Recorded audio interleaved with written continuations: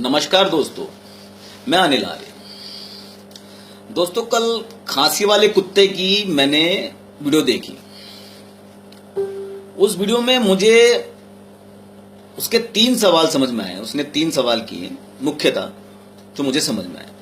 पहला सवाल, उसने कहा कि बड़े बड़े लोग अंबानी अंडानी ये लाइन में क्यों नहीं लगे एटीएम बैंकों की। दूसरा सवाल, इसने कहा कि मोदी सरकार ने पुराने नोट बंद क्यों किए। तीसरा सवाल, इसने कहा कि 2000 के नोट ही क्यों चलाए, क्या इससे करप्शन रुक जाएगा। पहला सवाल इसका यह था कि अंबानी अडानी ये जितने भी है लाइन में क्यों नहीं लगे। अरे भैया, मुझे एक बात बता, तू लाइन में लगा? तू बड़ा आदमी है छोटा आदमी है, तुझे तो लगना चाहिए लाइन में। तुझे पैसे की जरूरत नहीं है।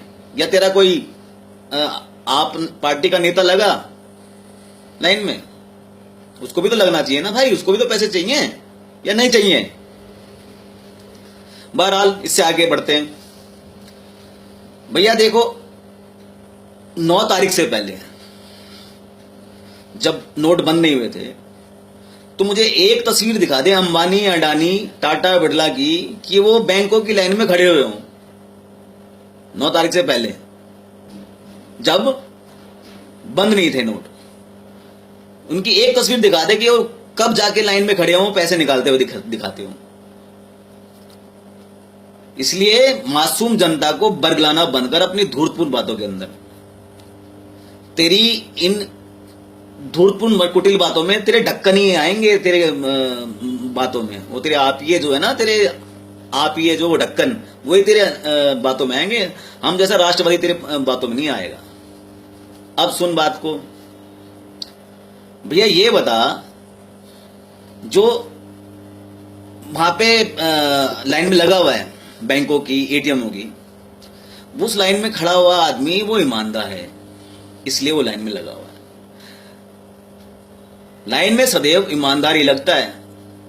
तेल की लाइन, बस की लाइन, बैंकों की लाइन, एटीएम की लाइन, हवाई जहाज की लाइन, राशन की लाइन, ये जितनी भी लाइन है ना, वो सब लाइनों में ईमानदारी लगता है। मंदिरों के अंदर जो लाइन लगती है वहां पे ईमानदारी लगता है। बेईमान आदमी हमेशा पिछला दरवाजा देखता है, वो लाइन में नहीं लगता है। जैसे तू लाइन में नहीं लगा, जैसे तेरी वो जिहादी दीदी वो लाइन में नहीं लगी, जैसे पप्पू लाइन में नहीं लगा, जैसे इटली वाली अम्मा तेरी वो लाइन में नहीं लगी, नीतीश कुमार लाइन में नहीं लगा, मायावती लाइन में नहीं लगी, मुलायम सिंह लाइन में नहीं लगा। ये जितने भी छोटे छोटे दल के, वो कोई लाइन में नहीं लगा। तो बेईमान कभी भी लाइन में नहीं लगता है, ईमानदार लाइन में लगता है। जो तू भीड़ देख रहा बैंकों के बाहर, एटीएम के बाहर इतनी ज्यादा, वो भीड़ इसलिए देख रहा है क्योंकि अधिकतर जनता, हिंदुस्तान की, भारत की अधिकतर जनता वो ईमानदार है। 90 से 95% आदमी ईमानदार है, इसलिए वो लाइन में लगे हैं। अपनी मेहनत की कमाई ले जाकर वहां पे चेंज करवा रहे हैं, बदलवा रहे हैं, इसलिए वो लाइन में लगे। ये तो है तेरी लाइन वाली बात। दूसरी बात, तू कहता है कि मोदी सरकार ने नोट क्यों चेंज किए। भैया देख, विमुद्रीकरण तूने कभी पढ़ा है? नहीं पढ़ा। चक्कर क्या है, मोदी सरकार ने अर्थशास्त्र पढ़ा हुआ है और तूने नहीं पढ़ा अर्थशास्त्र। तू आईआरएस ऑफिसर होने के बाद भी तूने अर्थशास्त्र नहीं पढ़ा, मगर मोदी सरकार ने अर्थशास्त्र पढ़ा है। इसलिए उसने विमुद्रीकरण के तहत मुद्रा चेंज कर दी। विमुद्रीकरण जो है वो ये कहती है, जो कौटिल्य का टाइम पे, चाणक्य के टाइम पे तब का लिखा हुआ है विमुद्रीकरण, आज का नहीं लिखा हुआ।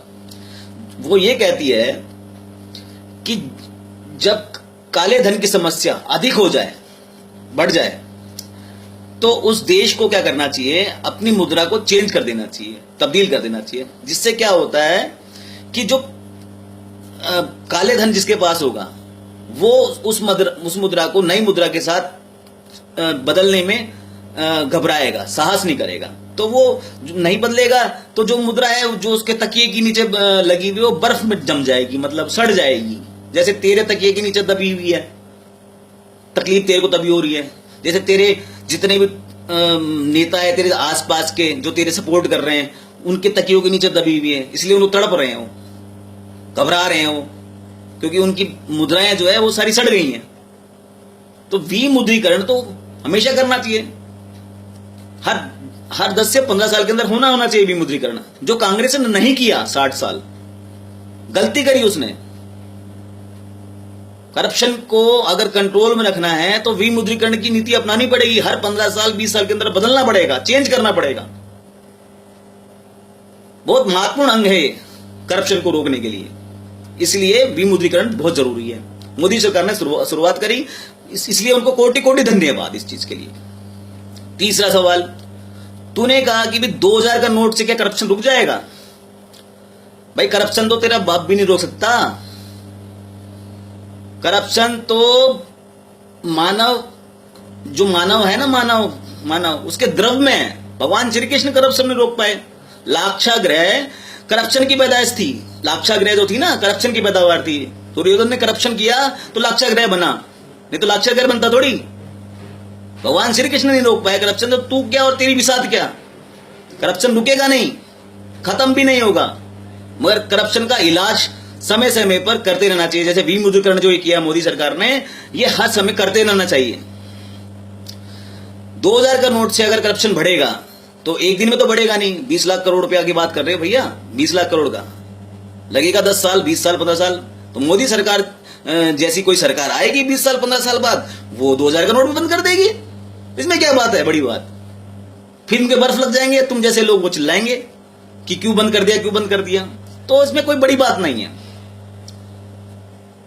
भाई साहब। इससे फायदा कितना हुआ है विमुद्रीकरण करने से? विमुद्रीकरण करने से आतंकवादियों को जो पेमेंट थी वो खत्म हो गई, क्योंकि आतंकवादियों को चेक से पेमेंट थोड़ी करा करते थे भाई साहब। यही नकली नोट जाया करते थे उनके जेब के अंदर, उनको चेक से पेमेंट करते थे क्या आतंकवादियों को? नहीं ना, उनको सबको नकली नोट दिया करते थे।